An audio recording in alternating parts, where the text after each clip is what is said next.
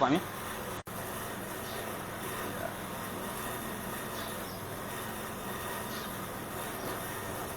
Ada Mi?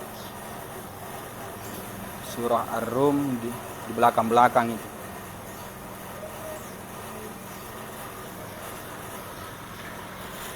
Ada?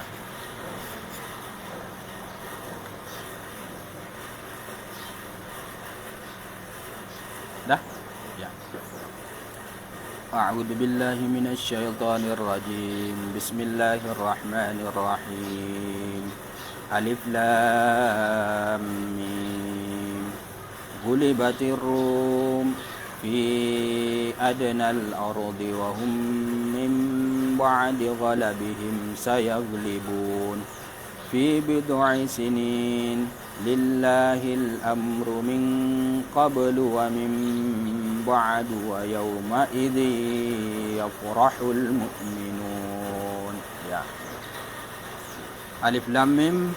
Gulibatir Rum, digalahkan orang-orang Romawi, orang-orang Rum, fi adnal ardi, pada bumi yang dekat, wahum min ba'di ghalabihim, dan mereka setelah kekalahan mereka, sayaglibun, mereka akan mengalahkan, dalam artian mereka akan menang. Oke, siapa mau baca? Hah? Silahkan. Hah? Siapa? Silahkan, sembarang mau. Hah? Ya, silahkan.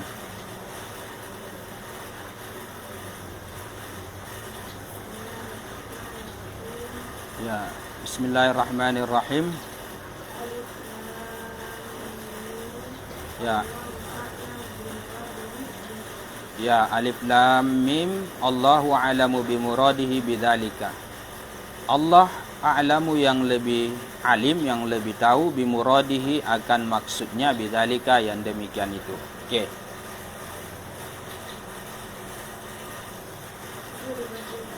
Ya, gulibatir Rum, ya, telah dikalahkan Rum, orang-orang Romawi,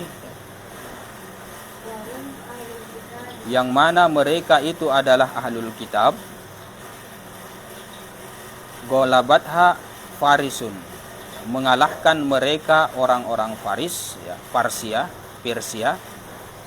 Walaisu ahla kitabin, dan tiadalah mereka ini, ya, orang-orang Persia ini, ahla kitabin, ya, orang-orang ahlul kitab.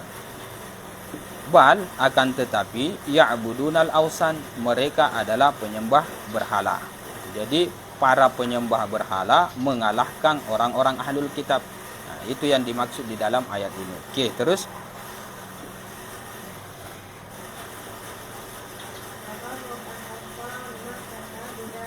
Ya, papariha kuffaru Makkah bidzalika.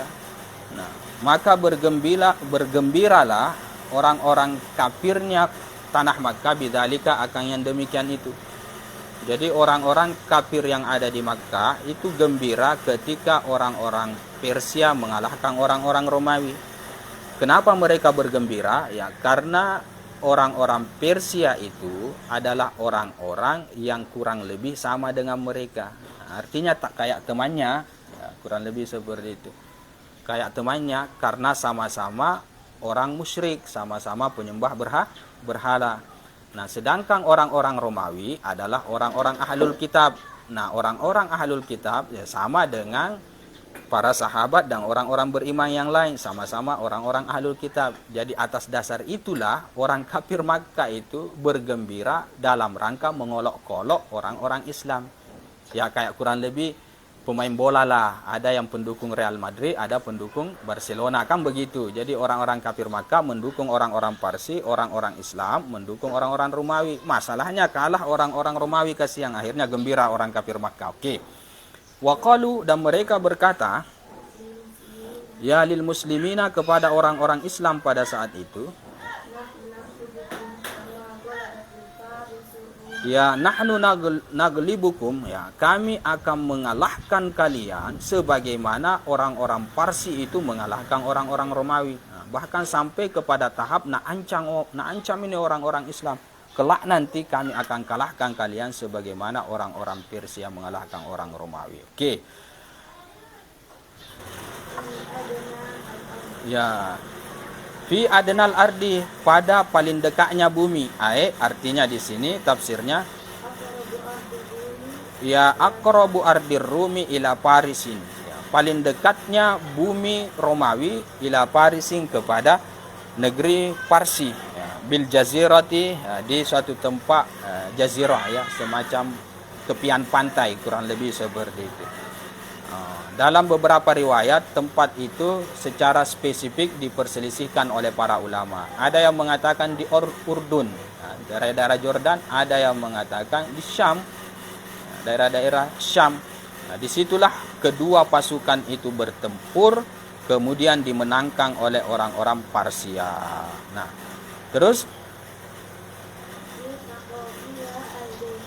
ya, berpapasan padanya, pada jazirah tersebut, Al-Jaishani, dua pasukan Romawi dan Parsi, wal Badi bil Ghazwi, dan orang-orang yang ada di pedalaman. Nah, artinya orang-orang yang ada di sekitaran situ ikut juga bergabung sesuai dengan pilihan mereka, artinya sesuai siapa yang mereka idolakan.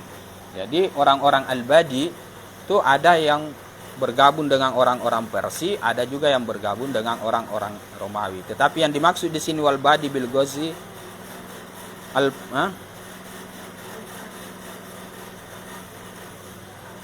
bil Ghazi al Parsaya, memerangi orang-orang Parsi. Berarti Al-Badi di sini hanya satu, ya. Al-Badi di sini bergabung dengan orang-orang Romawi, memerangi orang Parsi. Oke. Ya, wahum, dalam keadaan mereka, Ar-Rum, artinya orang-orang Romawi ini, ya, setelah kekalahan mereka, ya, disandarkan di sini masdar kepada maf'ul. Nah, golabun itu masdarnya, hum itu maf'ulnya, itu maksudnya sandaran masdar kepada maf'ul. Nah, artinya adalah golabati farisi iyahum, ya, mengalahkannya orang Paris itu akan orang-orang Romawi. Saya gelibuna, justru mereka akan balik mengalahkan Parisa, orang-orang Paris. Jadi setelah orang-orang Paris mengalahkan orang-orang Romawi, maka di kemudian hari itu orang-orang Romawi yang balik akan mengalahkan orang Paris. Nah, ini kata ayat di sini. Nah, bid'i sinina, pada beberapa tahun. Nah, dalam artian dalam beberapa tahun kemudian setelah kekalahan mereka orang-orang Romawi, mereka akan balik menang. Ya, dalam beberapa riwayat, ya, pada saat peristiwa kemenangan orang Paris ini terhadap orang Romawi, kemudian orang kafir Makkah itu bergembira sampai-sampai mengolok-olok, bahkan sampai kepada tahap mengancam orang-orang Islam bahwa mereka kelak akan dikalahkan sebagaimana orang Parsi mengalahkan orang Romawi. Nah, sampai berita itu kepada Rasul sallallahu alaihi wasallam. Pada saat itu turunlah ayat ini, gulibatir rum fi adnal ardi wa hum min ba'di ghalabihim sayaglibun. Nah, mendengar ayat ini, kemudian Baginda Abu Bakar, itu bahasa kasarnya itu menantang orang-orang Quraisy. Kata Baginda Abu Bakar, ya memang anggota kalian yang menang kali ini, tapi kelak nanti di kemudian hari anggota kami atau kelompok kami yang akan menang, orang Romawi yang akan mengalahkan orang Parsi. Tetapi mereka tidak mau percaya, ngotot mereka pada saat itu. Ngotot mereka, tidak mungkin orang-orang Romawi akan mengalahkan orang-orang Parsi. Nah, Baginda Abu Bakar juga percaya sekali, karena kenapa? Karena yang mengatakan adalah ayat Al-Quran yang mengatakan. Akhirnya orang kafir Quraisy itu mengatakan, begini saja, kita taruhan saja, bahasa kasarnya seperti itu, dengan gadaian. Ya, jadi ada yang mau digadaikan. Pada saat itu belum diharamkan itu taruhan gadaian itu. Jadi Baginda Abu Bakar, oke, kalau begitu saya berani taruhan bahwa orang-orang Romawi akan menang nanti. Akhirnya taruhan. Nah, tetapi kemudian Baginda Abu Bakar menetapkan jarak masanya, artinya waktunya kemudian orang Romawi itu menang, itu dalam masa 5 tahun setelah peperangan yang pertama. 5 tahun kemudian, kata Baginda Abu Bakar, pasti menang. orang-orang Romawi. Oke. Ternyata menjadi masalah setelah 5 tahun tidak terjadi apa-apa. Akhirnya pada saat itu ya bahasa kasarnya baginda Abu Bakar kalah dalam taruhan, diambil oleh kafir Makkah pada saat itu semua yang dia taruhkan. Nah, kaget sahabat-sahabat yang lain. Bagaimana ini? Padahal Al-Qur'an mengatakan akan menang. Datang kepada Rasul sallallahu alaihi wasallam. Kata Rasul sallallahu alaihi wasallam, "Kenapa kamu tidak pasang target 9 ke bawah atau 10 ke bawah?" Maksudnya itu kenapa kamu tidak pasang target misalnya ya sekitar 9 tahun kemudian baru menang orang-orang Romawi atau 10 tahun kemudian baru menang orang-orang Romawi. Karena ayat itu mengatakan bid'u sinin. Bid'un itu adalah bilangan dari 10 sampai ketiga. Artinya di masa itu, di masa 3 sampai 10 atau 3 sampai 9. Yang jelasnya Al-Quran mengatakan di masa itu, tidak tentukan kapan, itu pasti akan mengalahkan orang-orang Persia, orang-orang Romawi. Cuma masalahnya Abu Bakar kenapa dia tetapkan 5 tahun setelah pertempuran yang pertama ternyata tidak berlaku. Nah, jadi jangan salahkan Al-Quran ya. Karena terus terang bahwa sebagian orang-orang atau musuh Islam itu menyalahkan Al-Quran. Ini bagaimana nih Al-Quran ternyata salah? Bukan Al-Quran yang salah, tetapi ada dalam artian baginda Abu Bakar ya, yang menetapkan masa yang tidak sesuai dengan apa yang dikatakan Al-Quran. Al-Quran mengatakan bidu sinin, tidak tentukan 5 waktu. Jadi ketika peristiwa dalam artian kekalahan baginda Abu Bakar itu sudah terjadi, datang mereka para sahabat kepada Rasulullah. Kata Rasul sallallahu alaihi wasallam, kenapa tidak tetapkan 9 atau 10 di bawahnya itu, jangan terlalu sedikit, karena Al-Quran mengatakan bid'u sinin, jadi tidak salah Al-Quran. Nah, itu riwayat panjangnya ya, terkait dengan kisah kemenangan orang-orang Romawi terhadap orang-orang Al-Parsi. Oke. Nah, wahum mana tadi ini? Ya fi bid'i sinina, dalam beberapa tahun ke belakang. Ada di sini ya. Huwa ma baina salasi ila tis'i awil 10. Ya, yang dimaksud dengan bid'u sinin, bid'un itu yaitu antara 3 ya, bilangan 3 ila tis'i sampai 9 awil 10 atau sampai 10. Itulah yang dimaksud dengan bid'un. Oke. Ya, faltaqal al-Jaishani fi sanati sabi'ati minal iltiqa'il awal. Kemudian bertemu lagi 2 pasukan itu dalam artian pertempuran yang kedua, fi sanati sabi'ah, itu tepat pada tahun ke-7 minal iltiqa'il awal, daripada perjumpaan atau pertempuran yang pertama. Berarti berapa tahun? 7 tahun setelah pertempuran yang pertama barulah terjadi pertempuran yang kedua. Nah, sedangkan baginda Abu Bakar menetapkan 5, jadi belum 5. Bahkan ada riwayat yang mengatakan 6. Seandainya lebihkan 1 tahun misalnya tahun ke-7, berarti tepat itu. Dalam artian baginda Abu Bakar yang kemudian memenangi taruhan itu. Bahasa kasarnya taruhannya, saya artikan begitu saja. Ya, yang jelasnya Al-Imam As-Suyuti mengatakan bahwa pertempuran yang kedua itu terjadi pada tahun ke-7. Setelah pertempuran yang pertama, wa ghalabatir rumu al-farisa, dan orang-orang Romawi pun mengalahkan orang-orang Parsi. Nah, di situ kemenangan yang kedua. Jadi sebagian riwayat ya mengatakan bahwa kemenangan yang pertama ya, di pertempuran yang pertama, kemenangan orang-orang Parsi terhadap orang-orang Romawi itulah kemenangan terakhir dia dalam sejarah kerajaan Parsi. Jadi setelah itu tidak ada kemenangan yang berada pada orang-orang Parsi dari semua pertempuran hatta kepada pertempuran orang-orang Islam. Merosot di situ orang-orang Parsi sampai kemudian pada zamannya Utsman bin Affan habis dinasti Parsi, hilang sama sekali. Ya, itu kalau kita mau kembangkan lebih jauh tentang dinasti Persia itu. Yang menyebabkan kemudian mereka hancur selebur-leburnya, ya itu ya karena salah satunya adalah ancaman Rasul sallallahu alaihi wasallam kepada mereka. Masih mengingat itu Ancaman Rasul sallallahu alaihi wasallam kepada orang-orang Parsi? Masih diingat?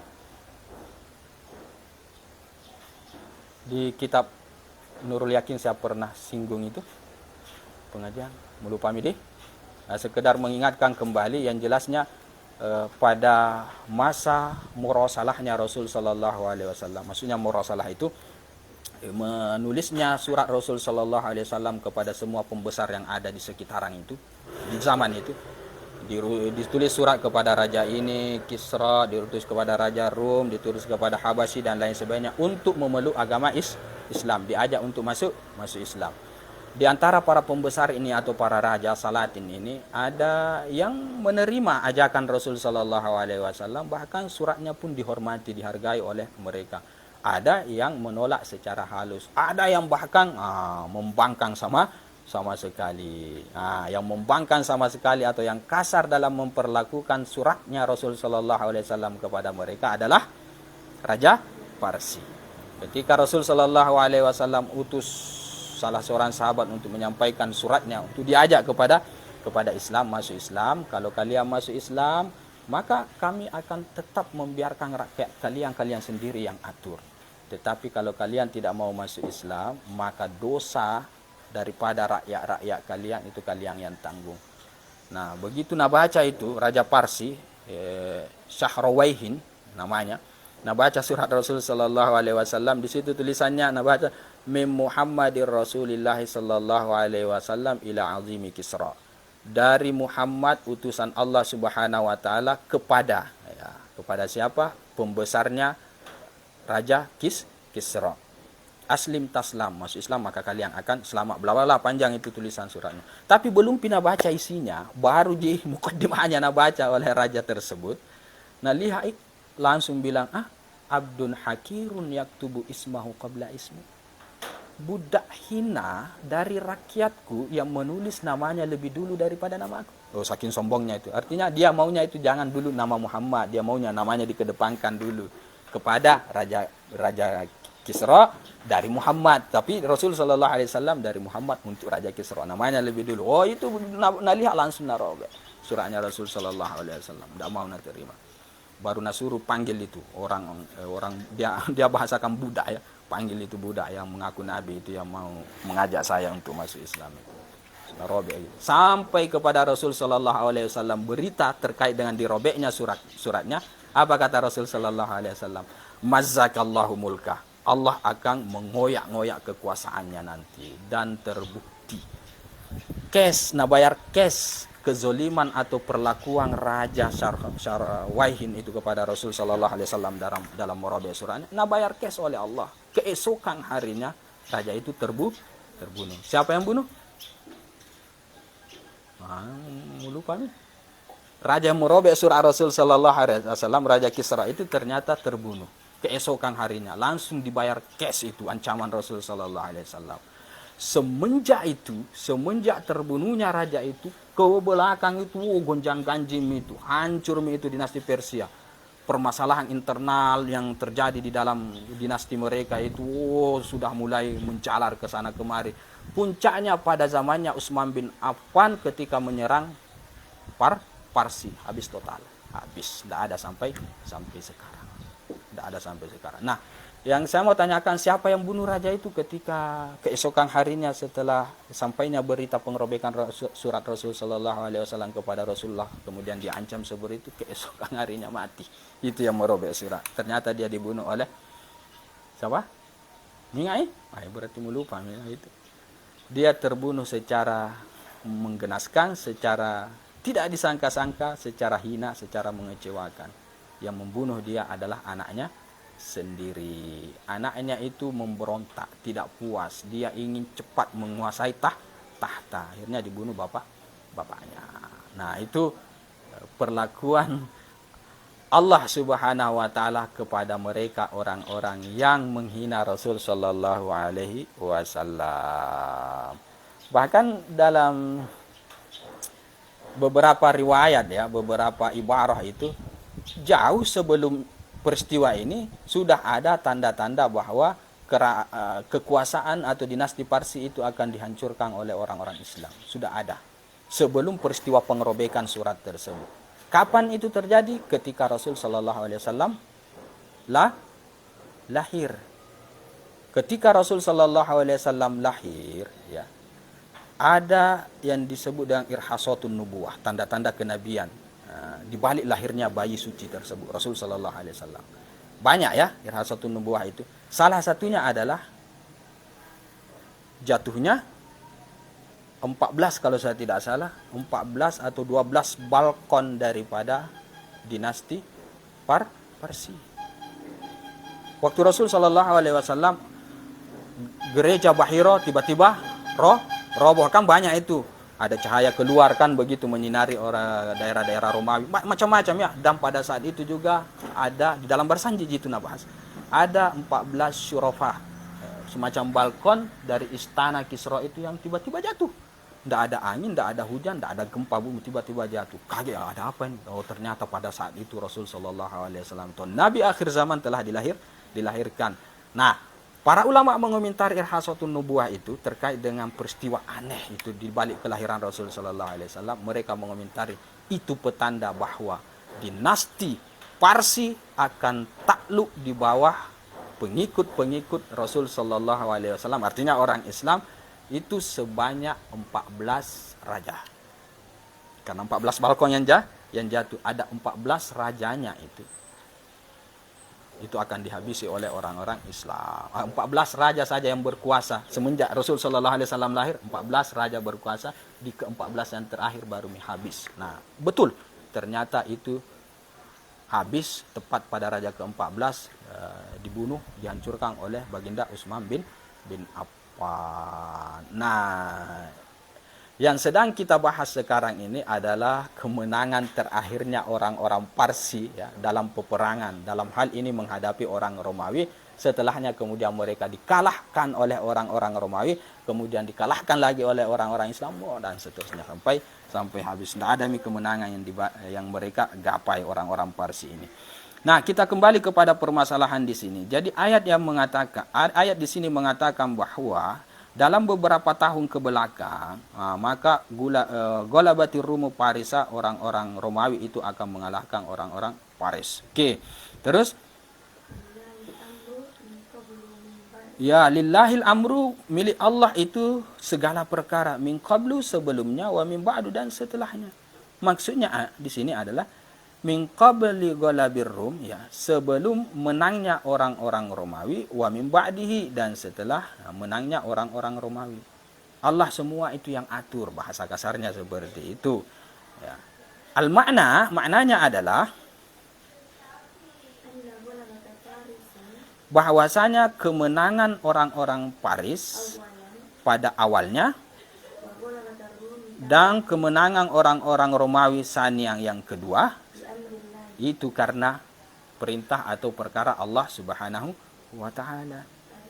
Sudah naatur oleh Allah Subhanahu wa taala bahwa akan seperti itu faktanya. Ai iradati, artinya keinginan Allah Subhanahu wa taala. Oke. Wa yauma idzin, dan pada hari itulah, artinya hari ya taglibur rumu, di hari menangnya ini orang-orang Romawi, ya prahul mu'minuna, itu bergembira sekali orang-orang yang beriman ya, karena anggotanya yang menang, bahasa maupunnya seperti itu, karena sama-sama ahlul kitab ya, teman kita lah bahasa anunya ya. Walaupun kita ya tidak sejalan agama kita dengan agama mereka, tetapi sebenarnya dari sisi bahwa mereka penganut agama samawi ya sama dengan kita, kan kurang lebih seperti itu. Akhirnya orang-orang beriman pun bergembira pada saat itu karena mereka adalah anggotanya. Ya, ketika orang-orang Romawi itu mengalahkan orang-orang Parsi yang notabene penyembah berhala. Nah, pada saat kemenangan itu, ini perbedaan pendapat di kalangan para ulama. Waktu kapan menangnya itu, yaitu tepat pada perang Badar satu. Itu pendapat yang paling sahih. Kemudian ada juga yang mengatakan bahwa kemenangan orang-orang Romawi pada pertempuran yang kedua itu terjadi pada Umratul Hudaybiyah, pada peristiwa Hudaybiyah. Nah, nanti Umratul Hudaybiyah ya jauh setelah perang Badar, baru terjadi pertempuran yang kedua itu. Ada juga yang mengatakan seperti itu. Oke, di sini tidak Anda sebutkan. Terus binasrillah, ya binasrillah akan karena pertolongan Allah Subhanahu wa taala. Ya, iyahum terhadap mereka orang-orang Romawi, ala Farisin ke atas orang-orang Persia. Terus wa qad farihu bidzalika, dan sungguh mereka bergembira bidzalika akan yang demikian itu. Oh, gembira sekali mereka. Ya, wa alimu bihi, dan mereka mengetahui itu yauma wuku'ihi, di hari terjadinya itu, artinya kemenangannya orang Romawi terhadap orang Paris, yauma Badrin, itu tepat pada hari Badar. Ketika terjadi pertempuran Badar, pada saat itu juga menang orang-orang Romawi terhadap orang-orang Parsi. Seakan-akan orang Islam itu memenangi dua pertempuran. Satu pertempuran zohir dalam artian hakiki, yaitu mengalahkan orang-orang kufaru Makkah pada hari Badar. Yang kedua, anggotanya pun, ya, kemenangan secara maknawi, anggotanya pun mengalahkan anggotanya orang-orang kafir Quraisy yang ada di Makkah. Dalam artian ini orang Romawi kemudian mengalahkan orang Parsi. Jadi banyak sekali nikmat itu, termasuk daripada kemuliaan Allah Subhanahu wa taala yang diberikan kepada orang-orang Islam pada perang Badar itu. Di antara kemuliaan yang diberikan kepada mereka, ya, yaitu apa? Kemenangan anggota mereka, bahasa kasarnya seperti itu. Nah, itu yang dimaksud dalam ayat yang mengatakan apa itu ayatnya? Qala an-nasu alladzina qala lahumun nasu innan nasa qad jama'u lakum fakhshawhum fazadahum imana wa qalu hasbunallahu wa ni'mal wakil fanqalabu bi ni'matin minallah wa fadlin lam yamsashum su. Fanqalabu, mereka pun pulang, orang-orang Islam, bi fadlin minallah, karena kemuliaan dari Allah Subhanahu wa taala. Fanqalabu bi ni'mah, karena nikmat dari Allah Subhanahu wa taala, wa fadlin, dan kemuliaan dari Allah Subhanahu wa taala. Nah, kemuliaan dari Allah Subhanahu wa taala itu diantaranya adalah kemenangan anggotanya, ya, yaitu orang-orang Romawi dalam menghadapi orang-orang Parsi, anggotanya orang-orang kafir Quraisy. Oke, itu terjadi pada perang Badar. Oke, kita fokus di riwayat ini saja, ya. Ya, tepatnya pada perang Badar. Ya, binuzuli Jibril, dengan turunnya malaikat Jibril, bidzalika, akan yang demikian itu, artinya menyampaikan kemenangan mereka, orang-orang Romawi itu, pihi, padanya, pada perang Badar itu. Jadi masalah ayat ini juga turun, itu diperselisihkan oleh para ulama kapan dia turun. Nah, kalau kita merujuk kepada kitab tafsir Jalalain di sini, berarti ayat ini Gulibatir Rum itu turun pada perang Badar. Walaupun ada riwayat lain yang mengatakan bahwa jauh sebelum perang Badar itu sudah turun. Nah, oke, tapi kita fokus di sini saja, ya. Ya.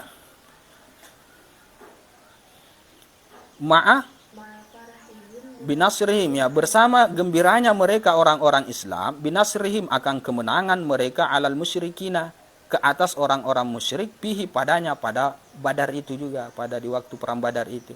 Jadi dua kemenangan yang dia dapatkan, orang-orang Islam ini, kemenangan secara hakiki menghadapi orang musyrik Makkah, kedua kemenangan maknawi, ya, dalam artian anggotanya orang-orang Romawi mengarahkan orang-orang Parsi, ya. Kurang lebih seperti itulah. Terus yang suruh may yasha'u, Allah menolong may yasha'u, siapa yang dia inginkan.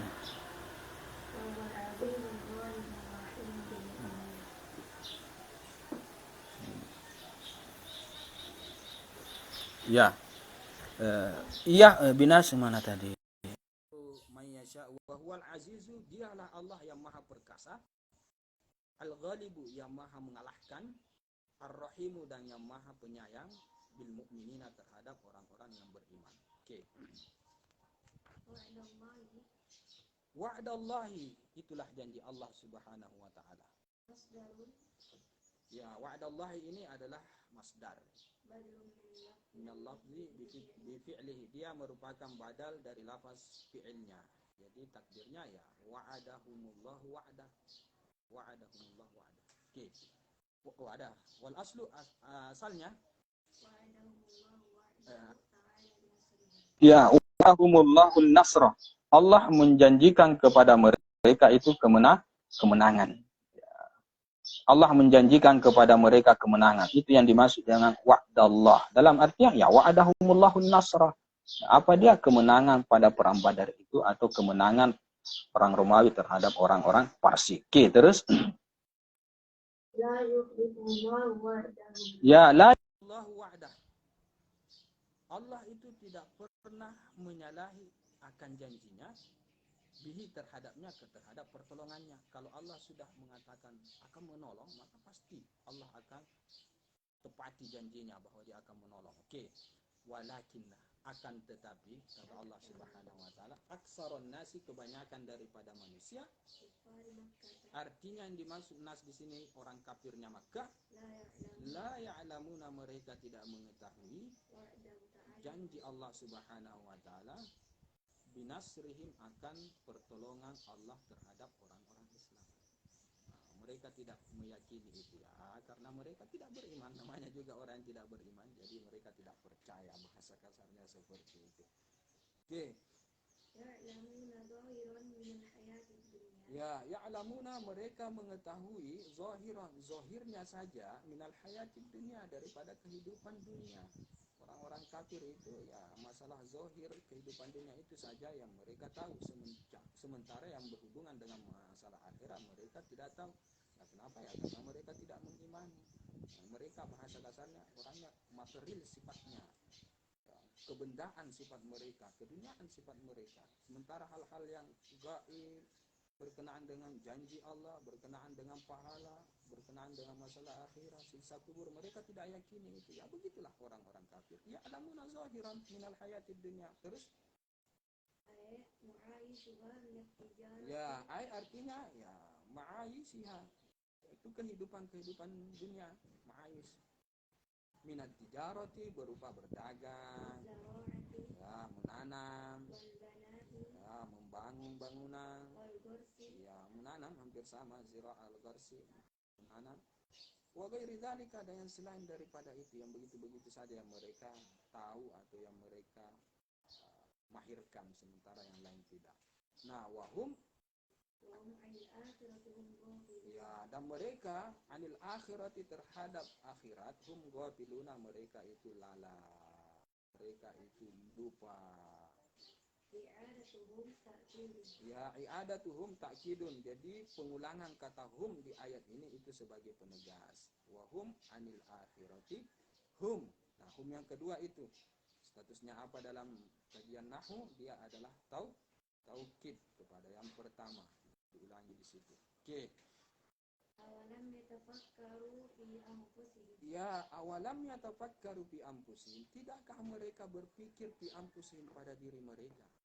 Sepatutnya kalian, kita ini ya, termasuklah kita, kalau kita berbicara umumul lafzi ya, tidak berbicara khusus sabab. Kalau khusus sabab kan ini berkenaan dengan orang kafir Makkah, tetapi kan ayat Al-Qur'an itu luas, bukan cuma untuk orang kafir Makkah. Luas, siapa saja. Tidakkah mereka berpikir terhadap diri-diri mereka, lihat ya, agar supaya mereka itu kembali anggoplatihim, dari kelalaian mereka. Jadi kita pikirkan diri kita ini harus kita amati, harus kita hayati, harus kita resapi. Inilah yang disebut dengan ngaji diri. Ini bukan kajian-kajian zuhiriyah yang begini. Dalam rangka untuk sampai kepada Allah Subhanahu wa taala, maka kita harus belajar. Dan salah satu pelajaran yang terbesar yang kita bisa ambil faedahnya atau manfaatnya untuk sampai kepada Allah, hayati diri sendiri. Pernah dengar istilah man arafa nafsahu faqad arafa rabbah? Siapa yang mengenal dirinya maka dia akan mengenal Tuhan. Itulah yang disebut dengan ngaji diri. Nah, ini ayat-ayat ini mengarah ke sana. Bukan cuma ayat ini, ada beberapa ayat akan seperti ini, yaitu awalam yatafakkaru fi anfusihim. Jadi diri kita yang harus kita kaji, kurang lebih seperti ini. Ini yang banyak orang lupa. Jadi enggak apa ya, bahasa mafhumnya itu mereka tidak terlalu ambil berat terhadap yang berkaitan dengan diri kita. Jadi selalu yang bersifat material atau fisik lah. Sebenarnya di diri kita ini cukup hayati, amati, baru kemudian ambil pelajaran, kita akan dapat kebenaran itu sebenarnya. Begini ya, terkait dengan ayat Allah Subhanahu wa taala. Kan ayat Allah adalah ayat yang menyampaikan kita kepada Allah. Dan ayat itu dibagi dua. Ada ayatul Qur'aniyah, ada ayatul kauniyah. Ayat Qur'aniyah ya, ini ayat-ayat Allah yang ada di kitab sucinya. Nah, ayatul kauniyah, ayat alam semesta, kurang lebih seperti itu. Alam ini, alam ngaji.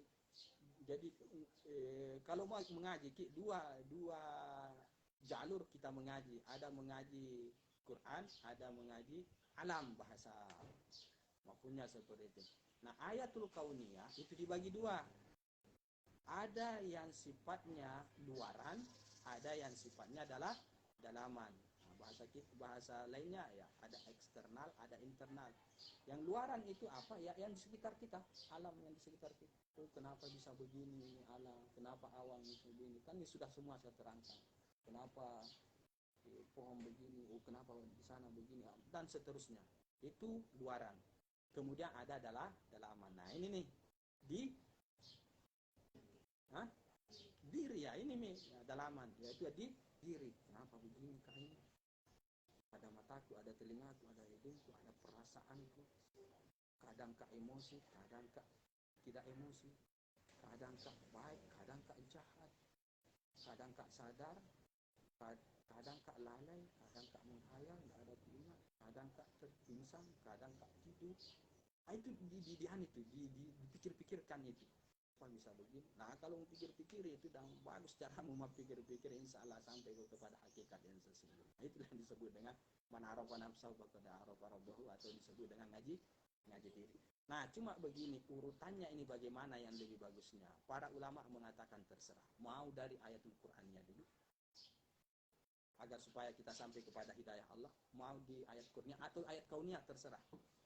Tetapi ada beberapa ulama yang menekankan bahwa kita dalam hal ngaji itu untuk yang berkenaan dengan ngaji sampai kepada Allah itu kita harus mulai dari diri. Kenapa? Karena ayatnya membahas dari diri dulu. Kemudian baru ma khalaqallahu as-samawati wal arda wa ma bainahuma illa bil haqqi. Nah, ini apa ini? Tadi maksud dia apa ini untuk yang ini? Ya, ya bagus. Ayatul kauniyah yang bagian luaran. Yang mana dulu disebut? Yang luaran atau dalaman dulu? Dalaman. Ya, dalaman dulu. Jadi ngaji diri dulu. Nah, ada yang berpendapat seperti itu. Barulah kita mantap ini ngaji diri kita, memahami diri kita ini, diri kita siapa ini, abidkah, ma'budkah, atau apakah itu dipikir-pikirkan semua. Mantap itu, barulah kita beralih kepada ngaji luaran. Kita lihat Allah ya subhanahu peristiwa-peristiwa yang terjadi di teman-teman kita di sekitar kita apa ambil pelajaran itu. Nah, ini dimaksud ma khalaqallahu samawati wal arda. Allah tidak menciptakan langit dan bumi wa ma bainahuma dan apa yang antara keduanya illa bil haqqi kecuali dengan kebenaran. Semuanya ini kebenaran, semuanya ini adalah ayat Allah, semuanya ini menyampaikan kita kepada Allah kalau kita mau merenungi. Kurang lebih seperti itu. Oke, kembali kepada yang tadi. Ada yang mengatakan mulai dari diri. Ada juga sebagian yang mengatakan bukan mulai daripada diri, tetapi dari luaran dulu. Ngaji luaran dulu. Ini dulu ini, sekitar kita. Amati, resapi, dan lain sebagainya. Kalau mantap itu barulah kita ngaji dulu. Kalau mantap itu juga barulah kita sampai kepada makom kita mengenal Allah Subhanahu wa taala. Ada dalilnya enggak? Ada. Di dalam ayat yang mengatakan begini. Sanurihim ayatina fil afaq. Kata Allah ya. Kami akan perlihatkan kepada mereka ayat-ayat kami, tanda-tanda kebesaran kami fil afaq pada segala penjuru. Apa ini dulu? Segala penjuru. Dalam konsep yang sedang kita bahas. Maksudnya apa ini? Bagus. Sanurihim ayatina fil afaqi. Kami akan perlihatkan tanda-tanda kebesaran kami, ayat kami pada segala penjuru. Wapi ampusihim, baru wapi ampusihim dan pada diri mereka. Hatta yatabayyanu annahul haq. Sampai jelas bahwa dialah Allah yang maha hak. Nah, jadi luaran dulu, ngaji luaran, barulah ngaji dalaman diri. Kalau mantap nih, barulah hatta yatabayyanu annahul haq. Sampai jelas bahwa dialah yang maha ala khilafiyah yaitu ya, masalah tertibnya ya khilafiyah di kalangan para ulama mana yang dulu didahulukan. Yang penting begini saja, intinya ngaji. Mau dia Qur'aniyah, mau dia kauniyah, resapi, ambil pelajaran di semuanya ini ayat-ayat Allah Subhanahu wa taala. Itu sekedar wawasan saja ya. Kita kembali kepada masalah yang di sini. Oke. Allah tidak menciptakan langit dan bumi wa ma bainahuma dan antara keduanya kecuali dengan kebenaran wa ajalim musamma dan masa yang sudah ditentukan. Ada batas akhir dari ciptaan Allah Subhanahu wa taala ini. Alam ini ada batas akhirnya. Kita manusia ada juga batas akhir kita. Ajalim musamma. Oke, terus lidzalika oleh karena itulah artinya karena dia punya masa waktu tertentu, tafna inda intihai, dia akan sirna inda intihai ketika berakhirnya waktunya. Nah, kalau dalam hal ini langit dan bumi berakhir waktunya, berarti kiamat. Nah, terus wa ba'dahu, dan setelahnya, setelah berakhirnya masa langit dan bumi dan apa yang ada di antaranya, al-ba'su, terjadilah hari pelantikan, semuanya digiring kepada mahsyar. Hari kiamat itu terjadi, kirim pada mahsyar. Oke. Wa inna katsiran minan nas, dan sesungguhnya kebanyakan daripada manusia kufari Makkah, artinya orang kafirnya tanah Makkah, biliqa'i rabbihim, dalam hal berjumpa dengan Tuhan mereka, kafirun, itu mereka ingkar terkait bahwa kita akan bertemu dengan Allah Subhanahu wa taala. Itu banyak sekali orang yang ingkar. Berkaitan dengan pembahasan kita yang dimaksud An-Nas di sini adalah orang kafir Makkah ya. Tapi sekali lagi ayat itu bukan hanya terkhusus untuk kepada kafir Makkah, artinya semua orang. Rata-rata banyak orang itu terkait berjumpa dengan Allah Subhanahu wa taala, mereka mengingkari. Masalah berjumpa liqa'ul rabbihim ini ada dua. Satu, ada yang mengatakan maksudnya liqa'ul rabbihim itu artinya hari akhirat. Ada yang mengatakan liqa'ul rabbihim betul-betul berjumpa dengan Allah Subhanahu wa taala, melihat langsung Allah Subhanahu wa taala. Ada dua. Apapun itu, kedua-duanya ini banyak orang yang mengingkari. Ya, orang-orang kafir lah, kurang lebih seperti itu. Tidak percaya terhadap akhirat, tidak percaya bahwa akan melihat Allah Subhanahu wa taala. Di sini kita ke tafsir Zohir di sini. Apa kata Imam Al-Mahalli? La yu'minuna bil ba'si ba'dal maut. Mereka tidak beriman terhadap hari kebangkitan setelah kematian. Nah, itu yang dimaksud dengan liqa'u rabbihim lakafirun.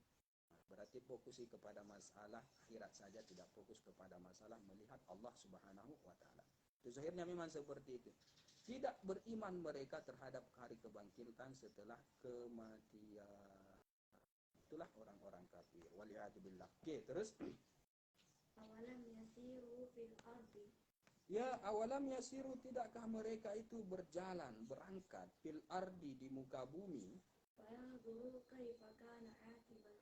Ya, kemudian mereka melihat dalam perjalanan mereka itu kaifa, bagaimana kana adanya akibatul ladina min qablihim, kesudahan orang-orang yang sebelum mereka.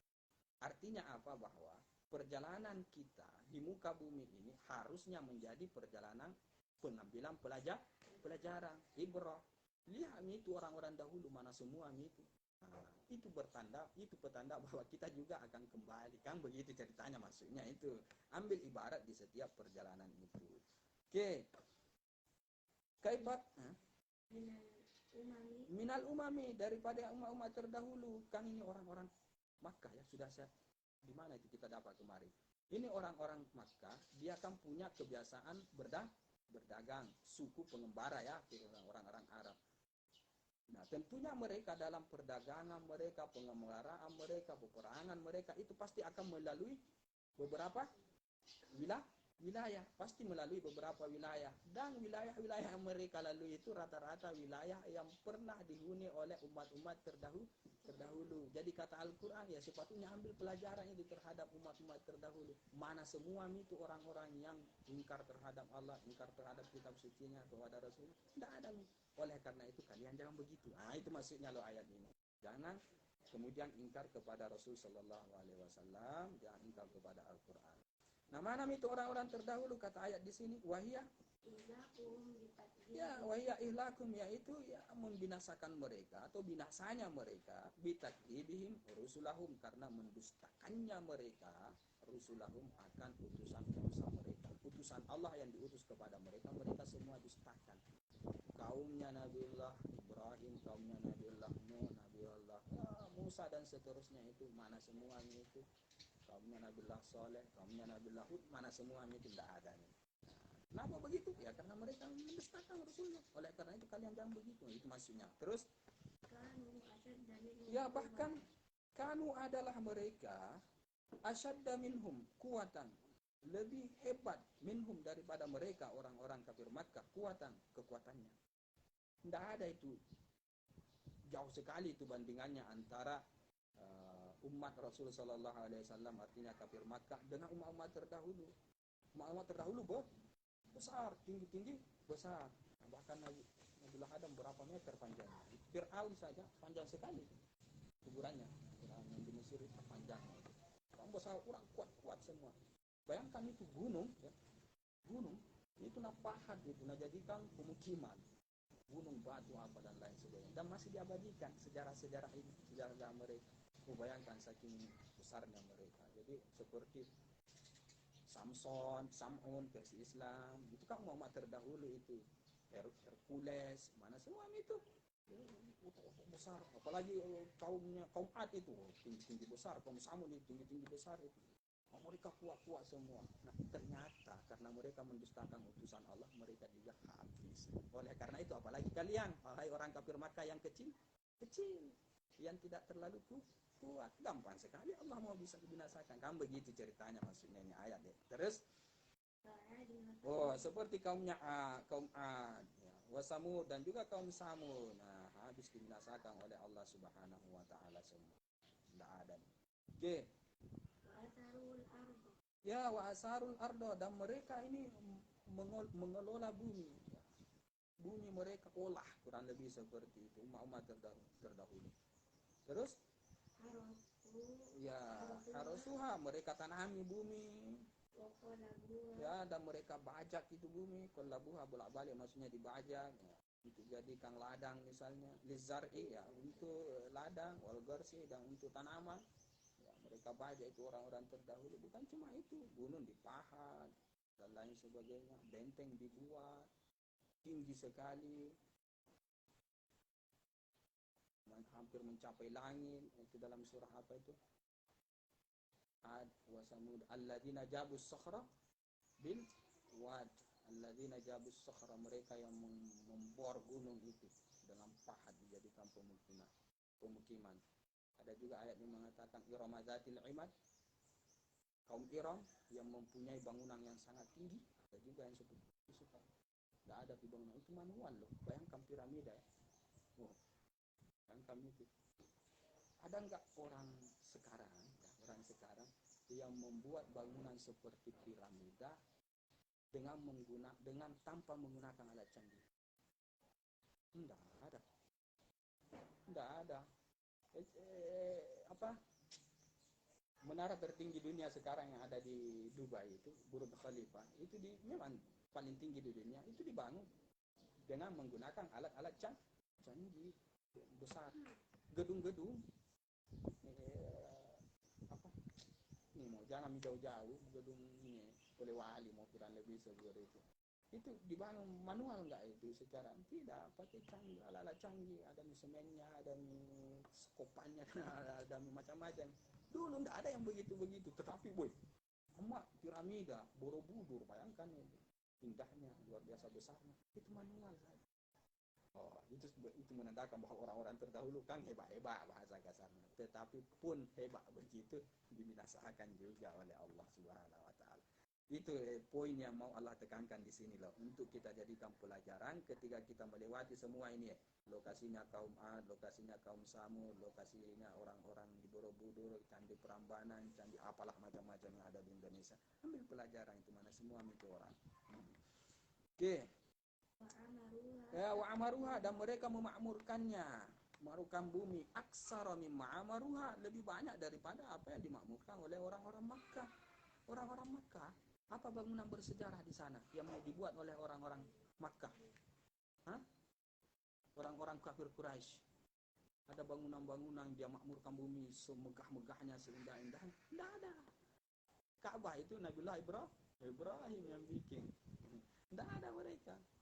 Makanya orang-orang terdahulu itu lebih banyak mereka memakmurkan bumi berbanding orang-orang kafir Quraisy yang ada di Makkah. Nah, terus ya, artinya kufar Makkah, kufari Makkah ya, maruha kufar ya, kufar Makkah. Oke. Waja'atuhum rusuluhum bil bayyinati, dan datang kepada mereka utusan Tuhan mereka bil bayyinati, dengan membawa al bayyinat, membawa kejelasan-kejelasan, bawa risalah bil hujajiz zahirah, akan hujah yang sangat jelas. Ayat-ayat Allah Subhanahu wa taala, para utusan datang kepada mereka, tetapi masalahnya mereka dustakan. Akhirnya akhirnya Allah binasakan. Okey. Fama kana Allahu liyazlimahum. Tiadalah adanya Allah itu liyazlimahum, menzalimi mereka. Allah binasakan mereka seperti itu bukan berarti bahwa Allah menzalimi mereka. Tidak. Tetapi Allah lakukan seperti itu karena salah mereka sendiri, dan itu bukan kezaliman loh. Sepakat? Allah binasakan mereka karena mereka sendiri yang melakukan kesalahan. Itu kezaliman enggak? Bukan. Ya, pemakan Allah liyazlimahum biihlakihim. Nah, tiadalah Allah menzalimi mereka biihlakihim, dengan membinasakan mereka bighairi jirmin atau bighairi jurmin, tanpa dosa. Pasti Allah binasakan seseorang itu karena dosa yang mereka lakukan. Itu yang dimaksud tidak menzalimi. Oke, terus walakin kanu anfusahum ya, walakin kanu anfusahum yadlimu, akan tetapi adalah mereka, diri mereka sendiri yang mereka zalimi. Pada dasarnya kita ini manusia, ya, apapun yang menimpa kepada kita, keburukan apapun itu karena perbuatan kita sendiri. Tidak ada unsur bahwa Allah menimpakan kepada kita sesuatu yang merupakan bentuk kezaliman dari Allah. Tidak ada yang seperti itu. Oke. Bitakdzibihim. Nah, di sini bentuk kezaliman mereka terhadap diri mereka adalah bitakdzibihim rusulahum, karena mendustakannya mereka utusan-utusan mereka. Artinya utusan Allah yang disampaikan kepada mereka. Itu yang menyebabkan Allah kemudian membinasakan mereka, dan itu bukan suatu kezaliman. Ini tidak ada. Umatnya Nabiullah Lut ditimpa dengan ganjaran yang sangat sadis sekali di balik buminya, kemudian dihujani batu. Kaum umatnya Nabiullah Nuh ditenggelamkan dan seterusnya, macam-macam.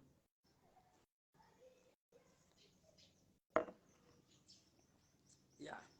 summa kana aqibatal ladzina asa'u as-su'a. Ya, summa kana akibatal ladzina asa'u as-su'a. Kemudian adalah kesudahannya orang-orang yang berlaku buruk apa? As-su'a, keburukan juga. Orang yang melakukan suatu keburukan, kesudahannya keburukan juga. Itu adilnya Allah Subhanahu wa taala. Oke. Ta'nisul aswa. Jadi as-su'a panjang ya. Su'a itu ta'nisnya aswa. Keburukan, paling buruk. Aswa artinya adalah al-akbah. Akbah. Oke. Buruk, akbah itu buruk. Terus wa burukana ala raf'il akhirah. dia adalah khabarnya kana. Ya, su'a khabarnya kana berarti bi mahalli nasbin. Tetapi ini ala rafi akibah. Kalau dirafa akibah jadi dibaca kana akibatul ladzina asa'u su'a. Tetapi Mushaf Usmani akibat ya bacanya. Saya bacanya ikut Mushaf Usmani. Nah, wa ismuka, dan dia adalah isim kana ala nasbi ya atas dasar dinasab akibatah. Nasabnya ya isimnya kana. Oke. Yang dimaksud dengan asu itu adalah neraka jahanam. Ya, neraka jahanam ganjaran kepada mereka yang melakukan keburukan. Waliyadzubillah. Oke. Ya, wa isa'atuhum, adapun keburukan mereka ini, apa sih keburukan yang mereka lakukan sehingga diganjar keburukan? Ini dia. An bahwasanya, artinya bahwasanya mereka mendustakan akan ayat-ayat Allah Subhanahu wa taala, Al-Qur'ani, yaitu Al-Qur'an. Itu keburukan yang mereka lakukan. Mendustakan ayat-ayat Allah Subhanahu wa taala. Akhirnya ya ganjarannya su'a, dalam artian ya jahanam tempat mereka. Jadi jangan pernah mendustakan ayat-ayat Allah Subhanahu wa taala. Apapun itu, sekecil apapun bentuk pendustaan. Pokoknya segala yang berkenaan dengan ayat Allah, jangan coba-coba ada di dalam hati kalian kemudian mengingkari itu. Jangan. Salah satu bentuk pengingkaran, bahkan kalau ulama ekstrim ya, salah satu bentuk pengingkaran ketika kita tidak mau mengamalkan apa yang dikandung oleh ayat Allah. Itu sampai ke tahap itu. Ngeri sekali itu kan, walaupun sebagian ulama yang tidaklah. Selama dia yakini bahwa itu adalah kebenaran, cuma dia tidak mau mengamalkan saja karena malas, kaslan misalnya, seperti itu, tidak sampailah kepada tahap kafir itu orang. Tetapi kalau ulama-ulama ekstrim, ya lain lagi ceritanya. Jadi apapun bentuk pendustaan itu kalau bisa hilangkan. Karena itu yang kemudian menyebabkan Allah memberikan kepada kita mereka ini ditimpa su karena kadzabu bi ayatillah Al-Qur'an wa kanu biha. Agak ringannya sedikit wa kanu biha yastahziun, dan adalah mereka terhadap ayat-ayat Allah itu mengolok-olok. Nah, olok-olok, nah jadikan bahan olok-olok. Jadi tidak boleh itu menggunakan ayat-ayat Allah untuk dijadikan sebagai bahan olok-olok. Bahkan kalau kita mau ikut ibarat-ibarat kitab itu, hatta yang ada kaitannya walaupun tidak langsung ayat Allah tapi ada hubungannya dengan ayat Allah kemudian dijadikan olok-olok, itu bahaya. Maksud saya apa? Maksud saya misalnya begini, minum kopi campur rokok di syamsu masyaallahu ni'am. Ada hubungannya dengan ayat Allah? Apa? Ada enggak hubungannya dengan ayat Allah? Padahal yang saya bilang kan minum kopi campur rokok, masya Allah nikmat sudah. Ada hubungannya dengan ayat ini? Ya, nah, itu adalah bacaan-bacaan tilawah yang identik dengan ayat Allah, digunakan untuk hal-hal yang berkaitan dengan masalah keduniaan. Boleh nggak seperti itu? Istiza. Ulama-ulama di beberapa ibarat itu istiza itu tidak boleh begitu. Begini ya ayatnya ya, terkait dengan istiza ya. Maksudnya kenapa ini orang kalau begitu? Kata Allah Subhanahu wa taala di dalam ayat, "Qul abillahi", katakan wahai Muhammad, "abillahi wa ayat wa rusulihi wa rasulihi wa ayati", apakah terhadap Allah, utusan Allah dan ayat Allah Subhanahu wa taala, kuntum tastahziun, kalian itu mengolok-olok? Apakah Allah, Rasulnya, ayatnya kalian itu olok-olok? La ta'tadiru, jangan cari alasan, qad kafartum ba'da iman, kalian telah kafir setelah kalian beriman. Maksudnya apa? Murtad orang yang begitu. Oh, itu pahami itu ah? Tolong kalian jangan ikut-ikut. Karena terus terang terkadang santri mungkin main-main sama temannya. Biasa aku dengar. Mungkin main-main aja, jadi kamu tolong jangan apapun yang ada hubungannya dengan ayat Allah, jangan coba-coba jadikan bahan canda-candaan. Jangan. Tolong, itu istiza. Masuk dalam kategori istiza. Walaupun mungkin tidak termasuk dalam kategori kadzabu, tetapi masuk dalam istiza. Di dalam kalau mau lebih lengkap, di dalam kitab Irsyadul Ibad itu orang-orang yang murtad itu yang bagaimana sih, banyak itu.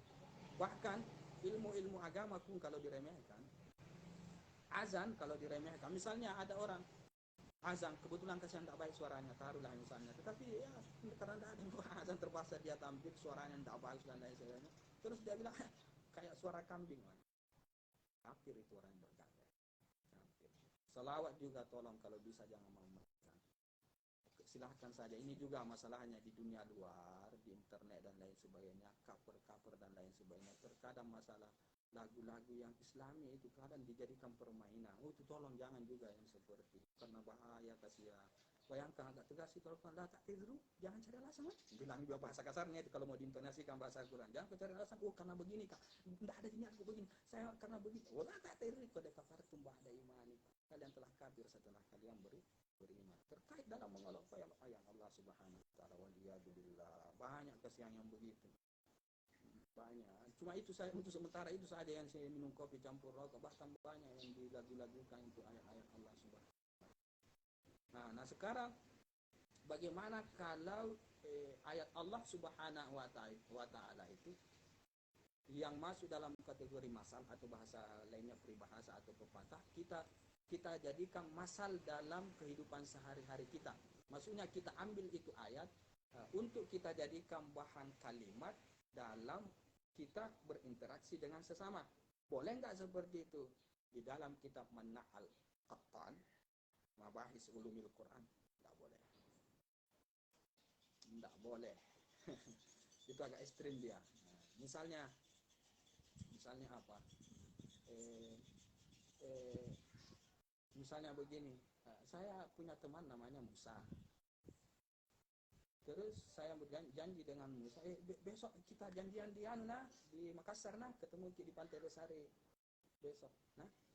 Kalau besok boleh. Jam berapa ya? Sekitar jam 7 dah. Pergi makan di dan. Pas juga dia datang tepat pada jam 7 sesuai dengan janjinya. Kemudian saya bilang, Alhamdulillah jikta ala qadari ya Musa. Tapi itu ayat Al-Quran itu. Kamu itu datang tepat waktu wahai Musa. Tapi bahasa Al-Quran boleh enggak? Sebagian mengatakan tak. Hamnah misalnya. Siapa tadi bawa kopi ini? Hamnah ya. Hamnah bikinkan saya kopi. Sedikit sekali begini di kapang. Bikinkan kak kopi. Bukan ini ya. Misalnya bikinkan kak kopi. Begini di kapang kopi nanti. Terus sudah. Apa ini Hamnah? La yusmin wa la yuguni min ju'. Itu bahasa ayat Al-Qur'an. Tidak la yusminu, tidak menggemukkan, wa la yuguni min ju' dan tidak juga membuat kita kenyang. Apa ini? Ya, misalnya, tapi saya gunakan bahasa boleh enggak? Enggak boleh. Di dalam kitab Mabazi Ulum Quran. Tetapi enggak adil juga kalau kita sebut yang ekstrim-ekstrimnya. Tetapi ada juga yang mengatakan bahwa boleh silahkan, tetapi selama itu bernilai zikir dan tidak kepada keburukan, silahkan. Ada yang mengatakan boleh. Tapi kalau dilarikan kepada hal yang tidak baik, tidak boleh. Misalnya si Bombe iki dengan teman tak, si Bombe di Maqamil Mutarakah itu si Bombe iki dengan teman tak, terus bilang lakum dinukum waliyadin. Kamu tomni kamu bilang, boleh nggak begitu? Tidak boleh. Tidak boleh seperti itu. Kecuali begini, ada orang yang beragama yang tidak benar atau mazhab yang tidak benar, kemudian nagoda kina rayu agar supaya masuk di dalam mazhabnya, di dalam agamanya yang jelas-jelas batil atau salah, hampir makin tergoda, terus kita bilang lakum dinukum waliyadin, tidak jadi masalah. Ada yang mengatakan kalau seperti itu tidak jadi masalah, kita gunakan bahasa Al-Quran. Begitu juga terkait dengan masalah misalnya ditimpaki suatu ujian, masalah hidup misalnya, setengah mati ujian, cobaan itu menimpa kita cari solusinya ke sana kemari ke orang-orang, tidak ada yang bisa menyelesaikan masalah kita. Terus saya bilang pada saat itu, laisa laha min dunillahi kashifa, tiada yang selain daripada Allah yang mampu menyelesaikan masalah saya. Boleh enggak seperti ini, boleh. Intinya saja bahwa selama tidak dilarikan kepada hal yang buruk atau yang mubah, yang biasa, tinggalkan. Kalau bernilai zikir dan lain sebagainya silahkan saja. Tetapi cari aman ikut yang ulama yang ekstrem mengatakan tidak perlu. Tapi ada riwayat Abdullah bin Mubarak itu pernah menemukan seorang wanita yang sedang ketinggalan rombongan pada saat dia haji. Tinggalan rombongan, kasihan. Dapat di perjalanan oleh Abdullah bin Mubarak. Kenapa ada ini padang pasir, bayangan hitam, dekati. Ternyata kasihan seorang perempuan sendiri. Padang tandus itu hitam. Ternyata dia ketinggalan rombongan. Didekati oleh Abdullah bin Mubarak. Kemudian dia tanya, dari mana? Kata dia, minal masjidil haram. Bahasa Al-Quran dia pakai. Mau kemana? Ilal Masjidil Aqsa. Mau ke Palestina. Ternyata baru sadar pada saat itu Abdullah bin Mubarak, berarti ini perempuan, ini orang yang baru saja berangkat haji ini, mau pulang ke kampung dan sendiri, kasihan ditinggal di jalan. Kasihan nih pada saat itu. Kemudian sudah berapa hari di sini? Kata dia, salah satu ayamin sawiyah. Bahasa ayat Al-Quran dalam surah Al-Maryam, salah satu ayamin sawiyah, yaitu sekitar 3 hari kurang lebih lah, 3 hari sama, siang malam 3 hari persis, itu maksudnya sawiyah. 3 hari di sini tidak ada punya. Akhirnya natawari makan, ayo makan. Apa dia bilang? Fa idza syahida minkumus syahra falyasum. apabila kalian melihat bulan itu maka berpuasa. Oh, nak pahami ya, oh, puasa ini. Nak pahami, oh puasa ini perempuan ini. Nah, kemudian berpikir Abdullah bin Mubarak ini ulama besar juga. Berpikir masa ini kan musafir. Kalau musafir kan ada ayat yang mengatakan la haraja, tidak apa-apa, silahkan saja buka kalau sedang musafir. Dan kasih tahu itu kan dalam perjalanan kan diperbolehkan untuk berbuka, untuk tidak puasa. Apa kata dia? Wa antasumu khairul lakum. Wah, bahasa ayat-ayat Al-Quran semua nah gunakan ini perempuan. Banyak itu. Sampai media naik ke tunggangan, kemudian dibawa sampai menyusul kepada rombongannya yang sedang beristirahat. Menyusul kepada rombongannya. Ada kemah-kemah didirikan di situ. Turunnya Abdullah bin Mubarak. Tapi ada juga menarik itu di atas tunggangan itu. Jadi Abdullah bin Mubarak ini seakan dia tertarik sama perempuan itu. Perempuan ini bahasa-bahasa ayat-ayat Al-Quran selalu yang keluar dari mulutnya seakan-akan dia tergoda pada saat itu. Kayak mau suka. Jadi ada natanyakan apakah sudah punya suami atau tidak. Nah balas si perempuan itu dengan menggunakan bahasa ayat. Tapi saya lupa ayatnya apa itu. Lupa itu bahasa ayat. Pada saat itu sadar oh berarti ada nih suaminya. Artinya ada nih juga anaknya. Oke, singkat cerita yang jelasnya ada dialog itu di perjalanan. Singkat cerita, susul sampai itu rombongannya. Nah pada saat itu Nabi bilang nih, yang di mana, di kemah mana kira-kira anakmu ini atau temanmu atau rombonganmu, rufaqamu itu di kemah yang mana? Nah panggil nih, ya Yahya, ya Musa, ya Isa. Bahasa ayat Al-Quran semua nak panggil. Tiba-tiba keluar dari balik kemah tersebut 3 orang pemuda yang bercahaya mukanya. Oh, ternyata itu adalah anak-anaknya. Satu bernama Yahya, satu bernama Isa, satu bernama Musa. Itu anak-anaknya. Sampai kami, wah ini ibu kalian ketinggalan. Saya dapat dia di perjalanan. Nah, sekarang alhamdulillah. Tapi sebelum memisahkan diri, Abdullah bin Mubarak tanya dulu kepada anak-anaknya dari tentang ibunya ini, kenapa begitu? Ayat Al-Quran terus yang terlontar dari mulutnya. Akhirnya cerita ini anaknya bahwa semenjak bapaknya meninggal, ibunya ini dia bernazar untuk tidak menggunakan lisannya kecuali bernilai zikir kepada Allah Subhanahu wa Ta'ala. Tidak pernah menggunakan lisannya untuk hal-hal yang tidak benar. Untuk perkara mubah saja tidak boleh. Apalagi yang tidak benar. Ini harus yang bernilai zikir kepada Allah Subhanahu wa Ta'ala. Dalam artian di sini adalah ayat-ayat Al-Quran. Nah kata Abdullah bin Mubarak, ya wajar saja kalian mendapatkan makom kewalian karena ibu kalian paling ternyata begitu.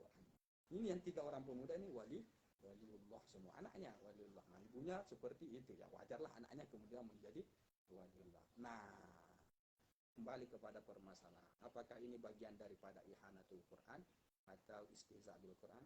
Sebagian mengatakan tidak, karena itu konotasinya arahnya kepada hal yang baik, yaitu berzikir kepada Allah.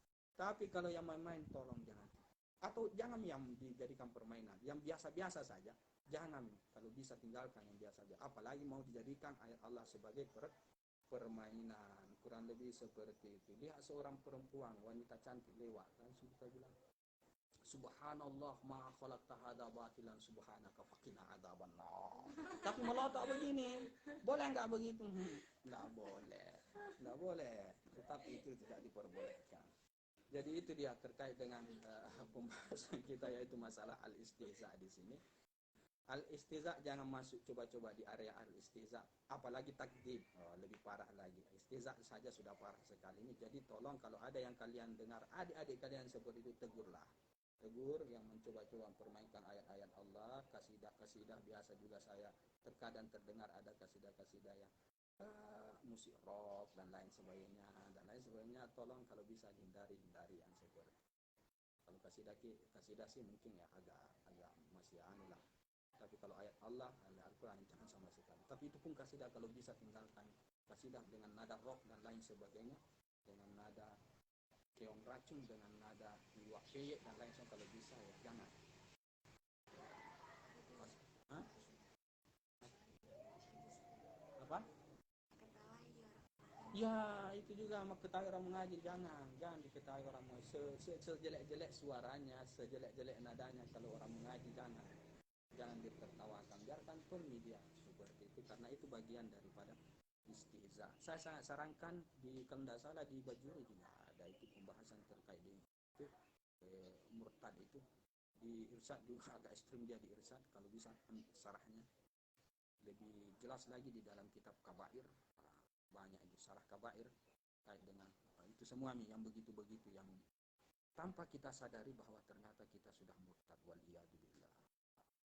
Istihza itu yang paling banyak terjadi di masyarakat, di ayatillah, terhadap ayat Allah Subhanahu wa taala. Nah, ini orang-orang kafir, kembali kepada permasalahan kita.